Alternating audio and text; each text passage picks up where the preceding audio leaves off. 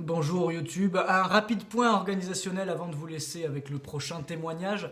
Juste pour vous dire que je serai à Toulouse le 25 mars à la salle du Sénéchal, qui est une salle pas loin du métro Capitole, pour une conférence ou en tout cas un échange autour de certaines vidéos que je vais sélectionner, donc issu de ma chaîne YouTube. Cet événement aura lieu dans le cadre des SISM, Semaine d'information de la santé mentale, qui est un événement national. Donc je serai accompagné d'une équipe de professionnels de santé et de patients pour susciter un débat, un échange qui sera généré à partir de mes vidéos qui seront un média émotionnel pour susciter l'échange. Voilà, donc je vous invite à venir, l'événement est gratuit, ce sera aussi l'occasion de vous exprimer, bien sûr, parce que tout le monde sera invité à s'exprimer, particulièrement ceux qui n'y connaissent rien à la psychiatrie. Je ne fais pas un congrès d'experts, je fais un échange d'être humain à être humain, et ce qui m'intéresse, c'est toutes les paroles, particulièrement novices, ou même patientes, qui ne seraient habituellement pas dites. Je veux que les gens viennent s'exprimer, et particulièrement que les gens viennent s'exprimer sur l'image qu'ils ont de la maladie mentale. Donc n'hésitez pas à venir avec des proches que vous aimeriez sensibiliser. Voilà, ce sera l'occasion. Et puis si vous voulez me rencontrer après plus individuellement, il y aura aussi bien sûr moyen. Ces semaines de la santé mentale, évidemment, il n'y a pas que moi qui intervient, il y a aussi beaucoup d'autres professionnels, des conférenciers, des écrivains, des auteurs. Je vous mets le lien du programme dans la description de la vidéo, enfin en tout cas le programme de Toulouse. Vous pouvez aller checker, voir, vous verrez, il y a des forums, des cinés, des débats. Voilà, donc c'est l'occasion aussi de venir découvrir tout ça. Je vous laisse avec le nouveau témoignage qui, pour la petite anecdote, sera bientôt utilisé dans une structure de santé, un centre de désintoxication, dans un but soignant. Voilà, bon visionnage à vous.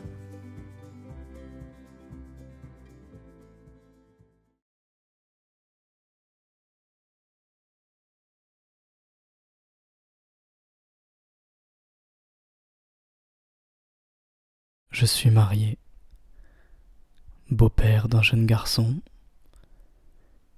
et j'occupe un poste à responsabilité dans un grand groupe.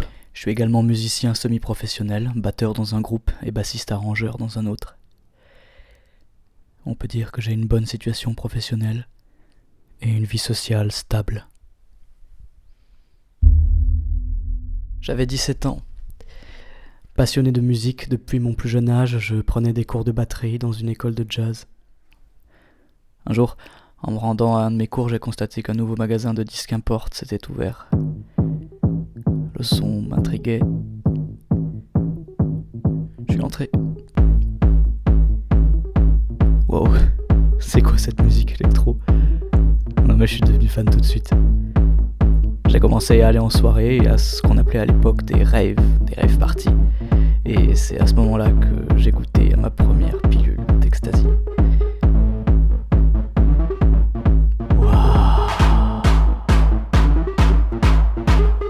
Quel bonheur. Je ressens la musique comme jamais auparavant.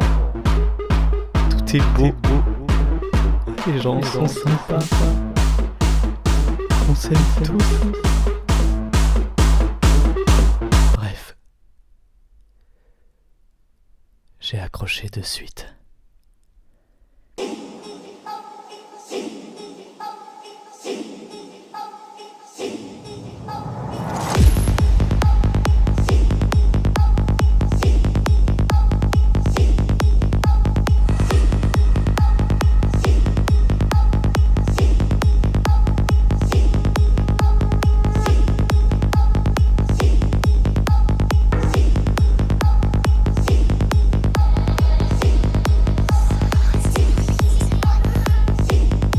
Je pouvais danser jusqu'au petit matin.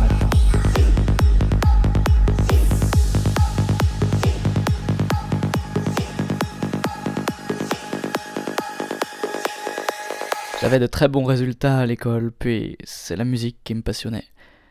Néanmoins, je me languissais le week-end pour aller en rave, mixer, écouter d'autres DJ, prendre des ecstasy et du LSD pour faire la fête. Je souligne qu'à cette époque, c'était vraiment festif. C'était la fête. Et la musique. Ouais. Par la suite, j'ai travaillé l'été pour me payer du matériel professionnel et j'ai pu monter mon premier studio de musique. J'ai sorti des disques sur plusieurs labels et j'ai mixé dans de gros événements dans la France entière. Ouais, j'avais une certaine notoriété dans le milieu et j'ai même eu ma période de gloire. Et c'est durant cette période que j'ai découvert la cocaïne. Lors d'un after. J'avais 19 ans. En tant que DJ, j'étais très sollicité pour finir les soirées chez les uns ou les autres. C'était sympa. On m'offrait toutes sortes de produits, mais bon, je restais raisonnable. Je refusais régulièrement des trucs qui correspondaient pas à ma vision. Speed, micro-pointe, héroïne. Moi, je voulais faire la fête, et rien de plus. Un jour, une personne que je connaissais pas, elle sort un papier en carton bien plié, comme ça se faisait à l'époque. Et cette personne, elle étale une poudre blanche et commence à faire des lignes grâce à un miroir qu'il avait pris pour l'aider. T'en veux? J'ai jamais essayé, ça me fait un peu peur, je t'avoue. Ouais, genre t'inquiète pas. Déjà tu vas voir, c'est un super produit et enfin, tu peux me faire confiance quoi. J'ai donc pris cette ligne. Ça m'a réveillé. Je me sentais bien, euphorique. Et de là, on a discuté encore de longues heures. Ma première expérience, je dois bien l'avouer, m'a beaucoup plu.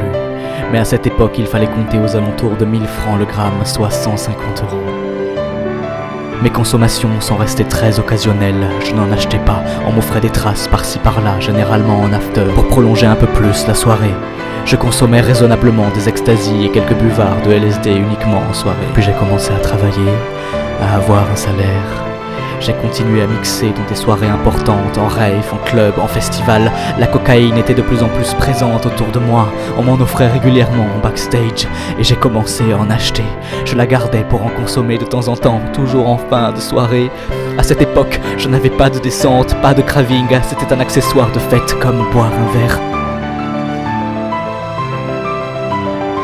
J'avais laissé entrer le loup dans la bergerie. Et à ce moment-là, je n'en étais pas conscient.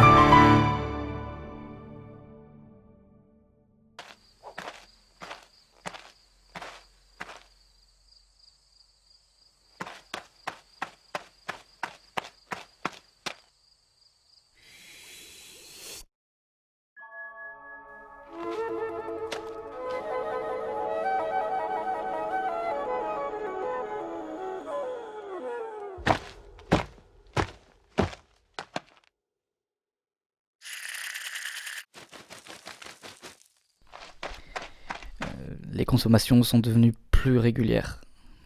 Tous mes amis en avaient dans la poche. Les consommations n'étaient plus liées à une fête. N'importe quelle occasion était bonne pour se faire une trace. Après un repas en guise de dessert, après un apéro, histoire de réduire l'effet de l'alcool, l'été, en plein après-midi, autour de la piscine, et même après un repas de famille. Mais à ce moment-là, je restais persuadé que je gérais ma consommation et qu'en aucun cas je devenais petit à petit dépendant à ce produit. Non, mais moi je m'arrête quand je veux, j'ai pas de problème avec ça. Mais je consommais tous les week-ends, 2 à 3 grammes à chaque fois.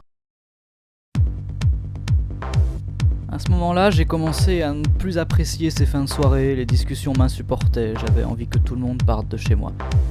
En fait, je commençais à être parano. Des descentes de plus en plus dures, avec des crises d'angoisse, de la culpabilité, l'analyse de nos discussions débiles autour de cette table, de ces histoires que j'avais entendues des milliers de fois. Par contre, je gardais toujours un peu de coke pour finir la soirée avec ma femme, car on éprouvait plus de plaisir à faire l'amour sous l'emprise du produit. C'était des relations plus débridées, plus longues, plus sauvages.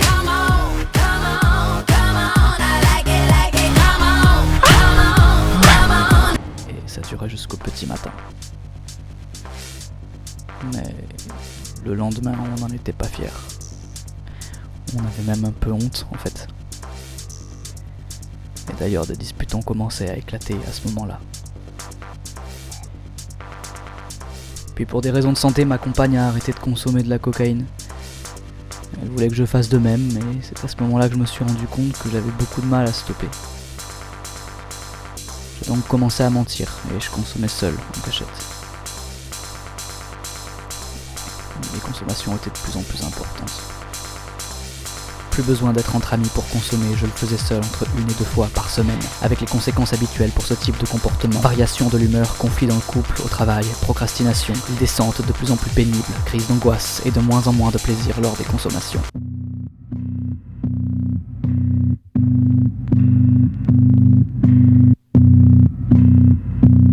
Niveau professionnel, j'avais de plus en plus de responsabilités, beaucoup de déplacements dans la France entière, des soirées clients, colloques politiques. Je consommais durant cette période alors que je m'étais toujours interdit de consommer au travail. Gérant associé d'un restaurant avec ma femme, nous avons rencontré une période difficile avec des difficultés financières. Je n'arrivais plus à gérer tout ça. Le travail, la gestion financière du restaurant, les répétitions tous les dimanches avec mon groupe de musique, les sorties, le sport. J'étais en plein burn-out, mais j'étais dans le déni. J'ai essayé d'arrêter 2 fois avec l'aide d'une association. Mais sans succès, je continuais à consommer au travail, à mes répétitions de musique après le sport. Bref, ça devenait n'importe quoi. J'avais des cravings de plus en plus violents. J'étais capable d'organiser mes rendez-vous en fonction de mes achats de produits. Par exemple, rendez-vous le matin sur Marseille, puis aller jusqu'à Nice, soit 2 heures de route pour acheter le produit et revenir à Marseille pour mes rendez-vous de l'après-midi. Auparavant, j'achetais le produit à des connaissances, dans des endroits connus, appartements feutrés, etc. Par la suite, j'allais dans des quartiers où la police n'ose même plus entrer. Cela ne me posait pas de problème, l'essentiel étant de me procurer le produit. Lors de soirées, je ne pensais qu'à me procurer de la cocaïne. Je vais me gâcher des moments agréables et simples tant que le produit n'était pas arrivé.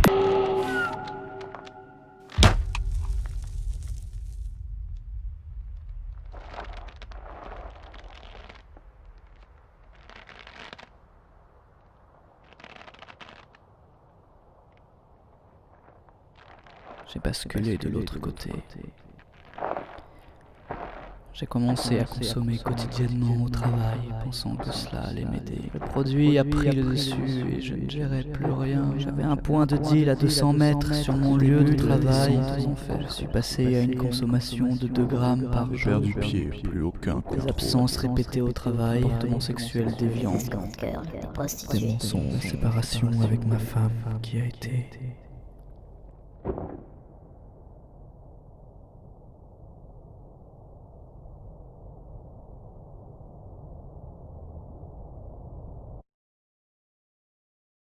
un électrochoc.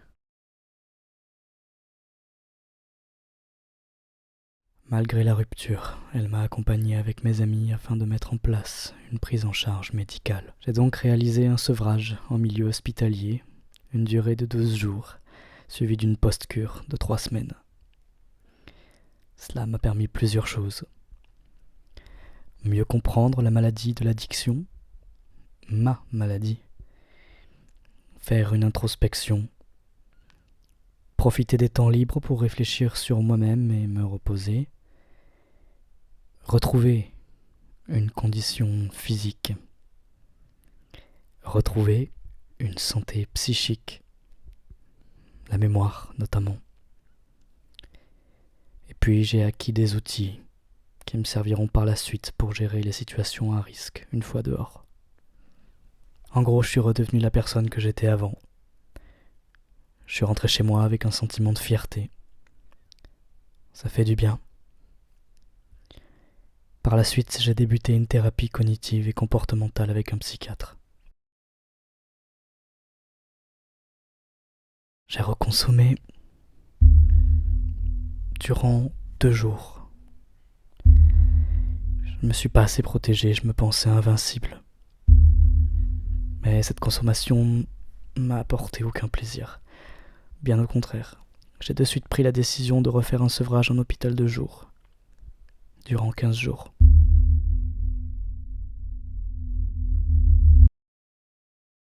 Je peux dire que je me sens mieux.